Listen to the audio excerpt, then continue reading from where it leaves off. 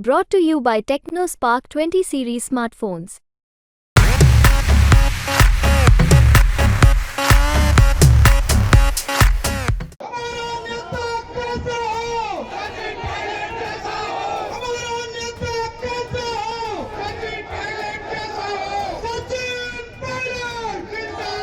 राजनीति में देखो, मुझे लगता है कि शब्दों का प्रयोग बहुत सोच समझ के किया जाना चाहिए और विरोधियों का मान सम्मान करना चाहिए और जनता हमारे आचरण को देखती है, हमारे शब्दों को सुनती है, तो शब्दावली का प्रयोग बहुत सोच समझ के होना चाहिए। और मैंने जीवन में हमेशा ये रखा है कि हम विरोध भी करते हैं, सैद्धांतिक हो, नैतिक। 12 तारीख को योगी जी आ गए, अपना स्वागत है। सब लोग नेता आएंगे, अपनी भी बात रखेंगे। जनता को निर्णय करना है कि वोट किसको मिलेगा।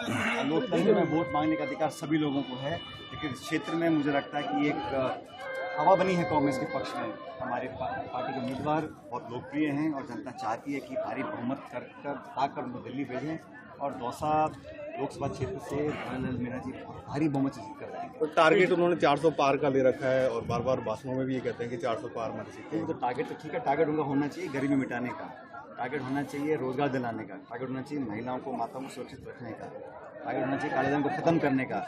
जो पहले 10 साल टारगेट थे वो तो पूरे हुए नहीं हैं, अब नए टारगेट आ रहे हैं 2047 का और फलाना और बाकी बातें।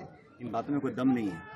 दम बात यह है कि लोकतंत्र में जिस प्रकार एजेंसी का दुरुपयोग हो रहा है, देश भी समझ रहा है। निर्वाचित मुख्यमंत्री को आप जेल में डाल रहे हो, आप ईडी का सीबीआई का दुरुपयोग कर रहे हो, लोगों को हिरासत में ले रहे हो, विपक्षी लोगों को गिरफ्तार कर रहे हो, अपनी बात रखने से लोगों को आप वंचित रखोगे तो जनता भी इसको बर्दाश्त नहीं करेगी। मुझे लगता है कि कहीं ना कहीं अहम और घमंड इस सरकार में, केंद्र सरकार में बहुत ज़्यादा बढ़ गया है।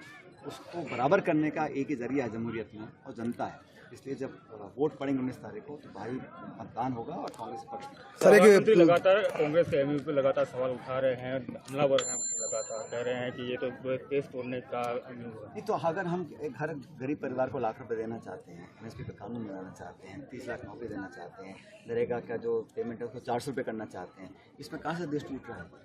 हम तो जोड़ने की बात करते हैं। राहुल गांधी जी कहते हैं भारत जोड़ो यात्रा निकाल रहे हैं, पैदल चलते हैं, लोगों को गले लगाते हैं, लोगों में दुख दर्द बांटते हैं, जख्मों में मरहम लगाने का काम करते हैं। बल्कि लड़ाने का, झगड़ाने का काम तो भाजपा का है, धर्म मजहब के नाम पर, मंदिर मस्जिद के नाम पर। जनता सब समझती, जागरूक है और आप आज लोग ज़्यादा नहीं बोल रहे होंगे, लेकिन अपनी बात को वो मतदान के माध्यम से प्रश्न। सर 25 सीटों का आप राजस्थान में क्या बीजेपी से ज़्यादा सीट कांग्रेस पार्टी जीती। सर पूर्व मंत्री का बयान है, लगातार बीजेपी हमलावर है कि हम काम कर रहे हैं, कांग्रेस ने सिर्फ जनता को बेवकूफ़ बनाया है। तो 10 साल सरकार आपकी थी, लटका के क्यों रखा बजट को? और जब सरकार बदलेगी तब करेंगे। तो ये तो पक्षपात है ना, ये तो सरकार का रंग देख के। अगर हमारी सरकार बनेगी तो हम साइन करेंगे, नहीं तो नहीं करेंगे। आज तक खुलासा नहीं हुआ, मेरे को पता नहीं, आरसीपी का सब बोल रहे हैं, वो एमओयू देखा किसी ने आज तक? सर आप उसको लिखा क्या है? भाषण सुन रहे हैं, सदन में चर्चा हो रही है एमओयू के ऊपर, लेकिन एमओयू कुछ दिखाया नहीं आज तक।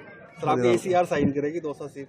भाई वो तो मैं तो आग्रह कर सकता हूँ, हमने वोट मांगी है और बड़ी विनम्रता से मांगते हैं, हम उस प्रकार का घमंड नहीं है। मैं तो बड़े आग्रह किया है, अनुरोध किया है, विनम्रता से अपील वोटों की है। और ये राजनीति में करना चाहिए, अधिकार जनता का है किसको वोट डालेंगे, लेकिन मेरा मन ये कहता है कि इस बार दौसा से कांग्रेस पर। सर लास्ट सवाल पूछेंगे, बीजेपी की राजनीति में पहले सांप, फिर नाक, फिर फुआ, फिर फूफा आ गए हैं, किस तरह के देखते हैं? राजनीति में देखो, मुझे लगता है कि शब्दों का प्रयोग बहुत सोच समझ के किया जाना चाहिए और विरोधियों का मान सम्मान करना चाहिए और जनता हमारे आचरण को देखती है, हमारे शब्दों को सुनती है, तो शब्दावली का प्रयोग बहुत सोच समझ के होना चाहिए। और मैंने जीवन में हमेशा ये रखा है कि हम विरोध भी करते हैं, सैद्धांतिक हो, नैतिक हो, लेकिन ये व्यक्तिगत जो बातें बोली जाती है चुनाव में, मैं समझता हूँ उसको अवॉइड। सर एक ने फुकलाल माता की कसम खाई है कि मैं आरक्षण खत्म नहीं होने दूंगा, बीजेपी कभी आरक्षण खत्म नहीं होगा। उनके हाथ की बात नहीं है ना, उनके हाथ की बात नहीं है। उनके जो नेता बोलते हैं, भाजपा के बड़े बड़े नेता, आरएसएस के नेता बोलते हैं, और उनके नेता कई बार रिकॉर्ड पे बोल चुके हैं 400 क्योंकि हम बदलाव करना चाहते हैं। क्या बदलाव करना चाहते हैं वो बताएं। वो सर धीरेन्द्र शास्त्री भी आजकल घूम रहे हैं जोधपुर, बाड़मेर। तो घूमे ना, मैं कह रहा हूँ अंत में जनता को